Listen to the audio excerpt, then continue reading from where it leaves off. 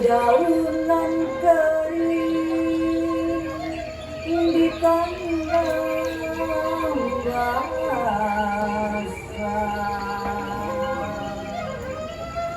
burung-burung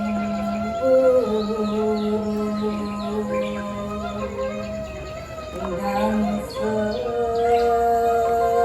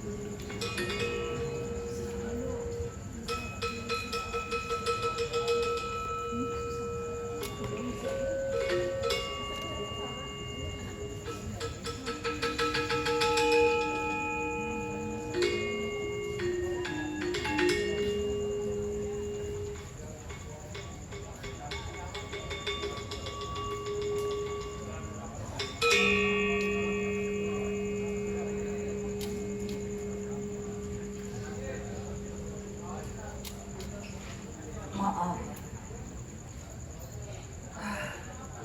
Aku cepat sekali berkeringat. Terlebih ketika kemarau panjang seperti ini. Panas seperti membakar bumi, gerah dan macet di sepanjang jalan kota. Karena itu aku merasa perlu mencari taman kota seperti ini, sekadar untuk mencari udara sejuk dan segar. Izinkan aku duduk di sini ya. Izinkan ya.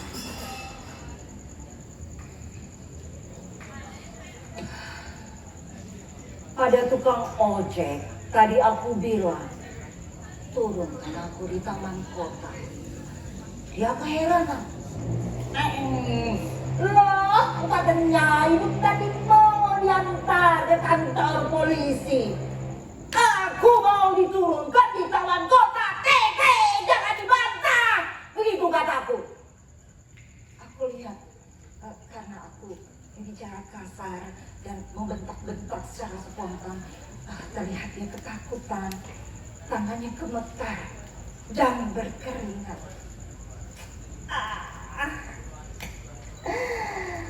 Aku menyesal.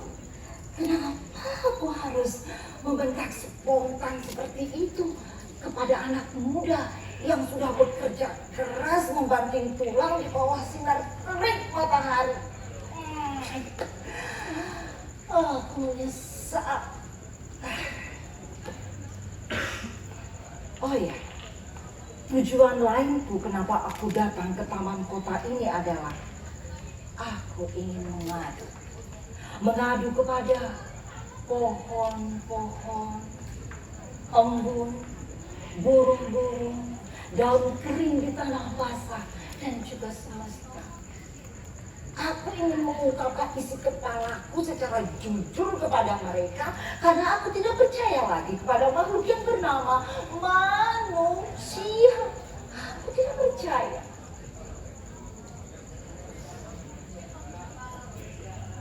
Pohon-pohon yang terhormat, daun-daun rindang, perkenalkan,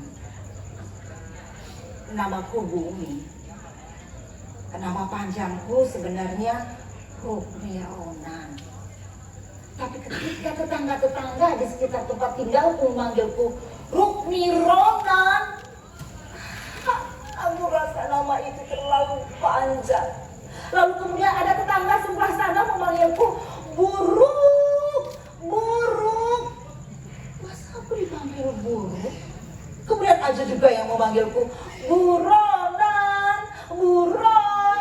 Aku tidak mau dipanggil seperti itu.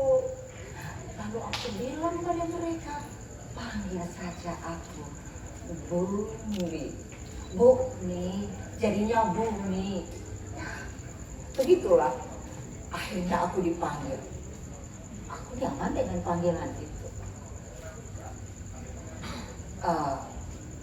Pohon-pohon yang rindang, burung-burung.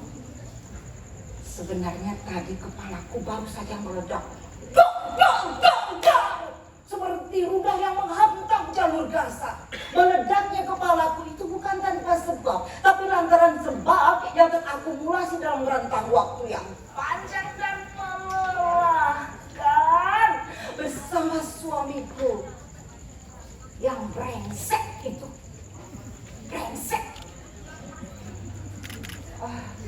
Maka aku jadi menceritakan aib rumah tanggaku.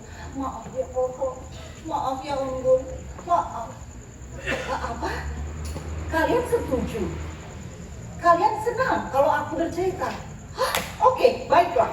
Akan aku lanjutkan saja cerita. Begini. 15 tahun yang lalu, seperti wanita normal lainnya, aku dilamar oleh seorang laki-laki. Dia gagah, dia tampan, dan dia bekerja keras, luar biasa. Dan pada saat yang sama, dia juga diangkat sebagai kepala sektor perhutanan provinsi, seperti lembaga yang melindungi hutan. Tentu aku sebagai calon istrinya bangga sekali. Terlebih dia itu memang pintar. Dia lulusan terbaik di universitas terkenal dan IPK-nya 3,9.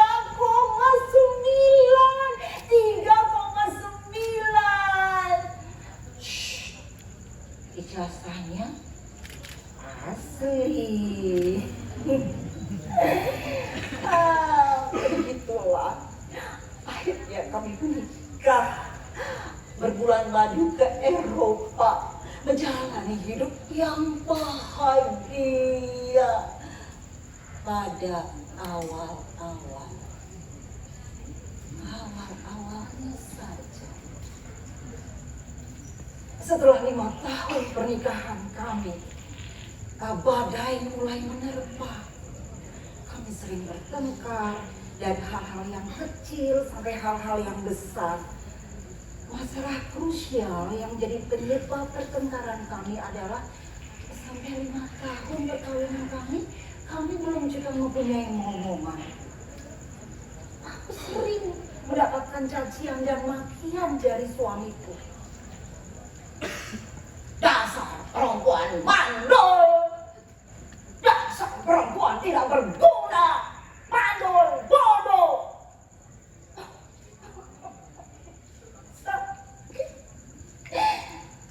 Sakit sekali. Tapi aku abaikan. Aku anggap saja dia sedang stres, mungkin vertigo, tensinya tinggi, hilang. Sudahlah. Aku abaikan saja.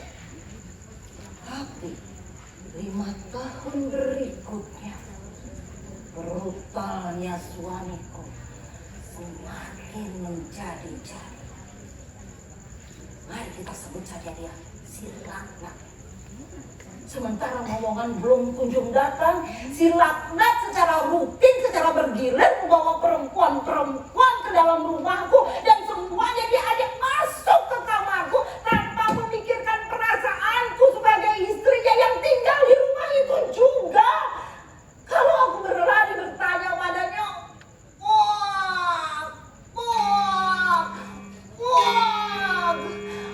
dia bawa apa kau, perempuan mandul, kamu bawa apa?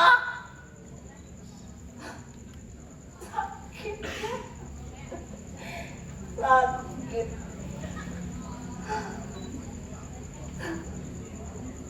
Tahun-tahun selanjutnya, perkawinanku semakin gampang.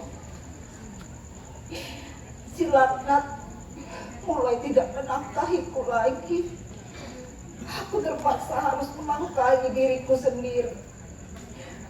Lalu aku datang kepada bapakku. yang seorang penjual daging di pasar. Bapakku dengan senang hati mengajak aku untuk membantunya berjualan daging di pasar. Sekaligus aku boleh melanjutkan usaha penjualan dagingnya. Yes, yes, yes. Aku gembira sekali, ternyata sekarang aku bisa menafkahi diriku sendiri. Yes. Bersamaan dengan itu, si laknat terlibat kasus penyelundupan, penyelewengan, penyalahgunaan jabatan. Beberapa media menyebutkan bahwa dia melakukan penjualan kayu secara ilegal. Buset, laknat, kau lupa kalau aku ini bumi. Aku bumi. Aku tidak mau hutan-hutanku ditebang secara sembarangan. Aku tidak mau kayu-kayunya dijual habis-habisan. Aku tidak mau hutan-hutanku porak-poranda. Lalu aku hadang si laknat. Aku caci maki dia, laknat. Laknat. Seharusnya lembaga yang kau pimpin itu melindungi hutan. Malah kau meracuni hutan-hutan dan merusak hutan-hutan. Tapi apa yang aku dapatkan? Wah! Dan dia juga menendangku. Hiat!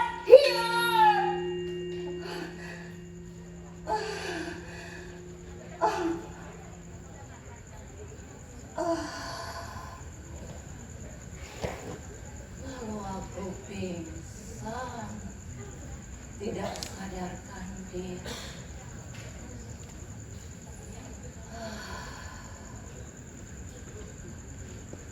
Kalian tahu apa reaksi si laknat ketika tahu aku berjualan daging lagi?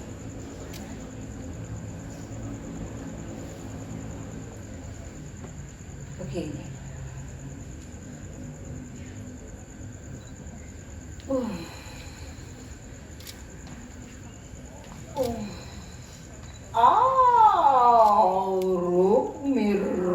Mironan. Kau berjualan daging lagi ya?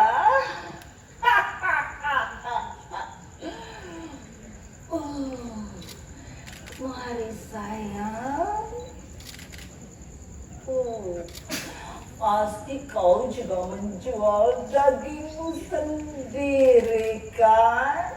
Kau menjual dagingmu sendiri.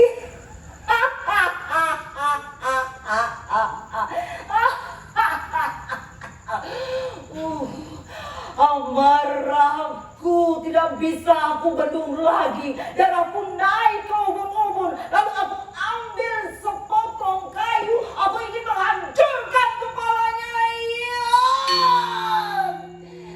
Tapi dia memukulku duluan.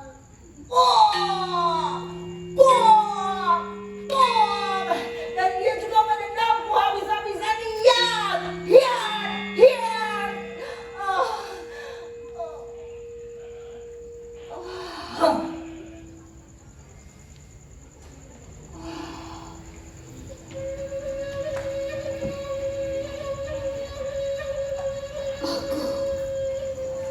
Terbangun ketiga pagi subuh.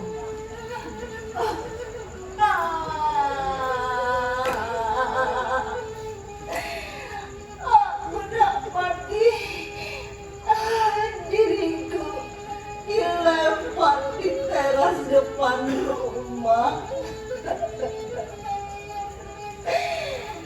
Dan si laknat masih ngorok di kamar.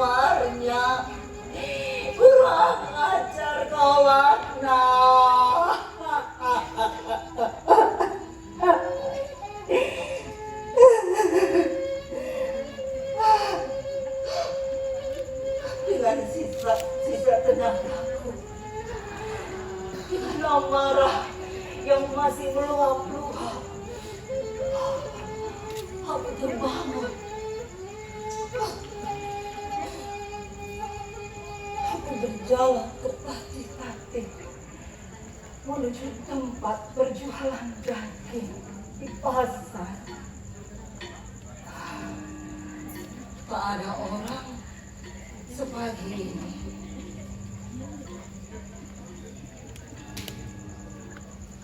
Lalu aku ambil pisau yang biasa aku pakai memotong daging. Agar tidak mencurigakan, pisau ini aku bungkus rapi. Dan aku kembali ke rumah. Dalam perjalanan pulang ke rumah, bayangan wajah laknat yang menjijikkan itu terus melintas di kepalaku.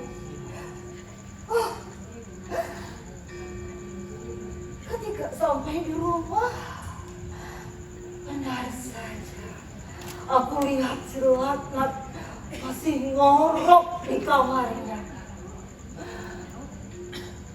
Aku berjalan menghadap-hadap dan membuka pintu.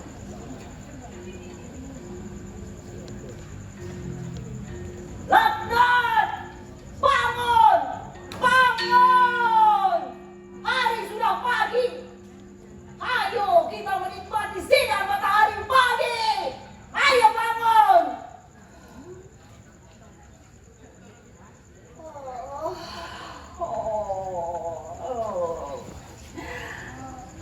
Biru. Kenapa kau datang pagi-pagi? Aku masih mengantuk. Aku tahu. Kau pasti mau menjual dagingmu ya pagi-pagi padaku.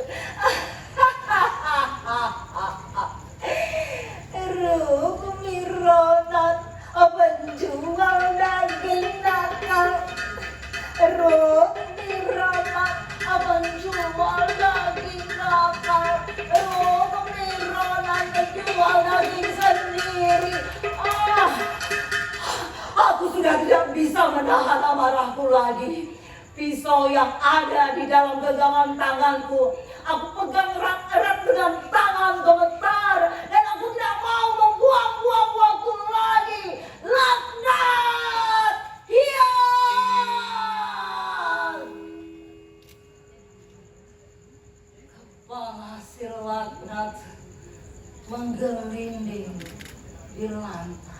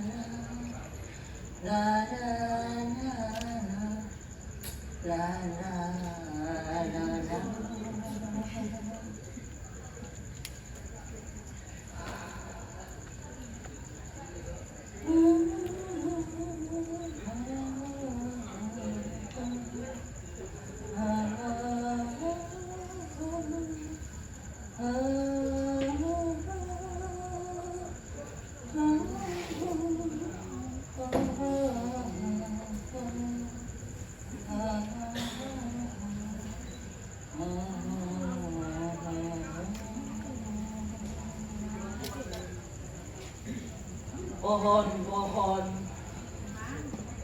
embun, dedaunan kering, burung-burung di tanah basah, dan semesta.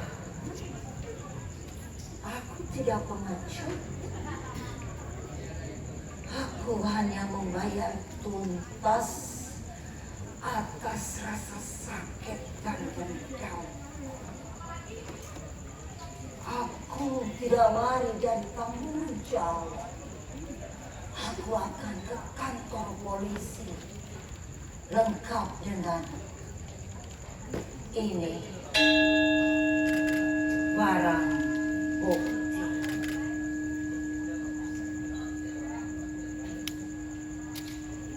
Allah, nak, tunjukkan kepalamu yang ada di dalam kotak ini.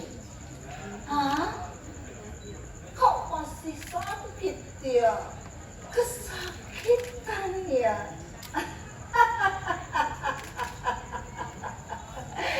Oh, kau tidak bisa mengejekku lagi.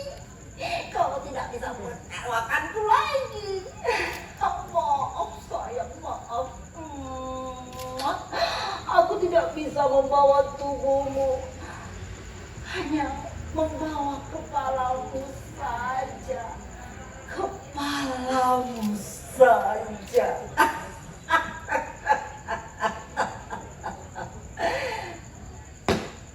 Ayo kita ke kantor polisi. Ayo. Aku harus memesan ojek.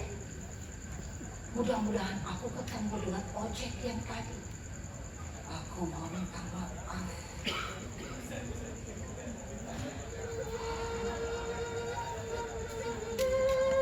Pohon dan lembu, dedaunan kering di tanah basah, burung-burung dan semesta. Bumi mohon padamu.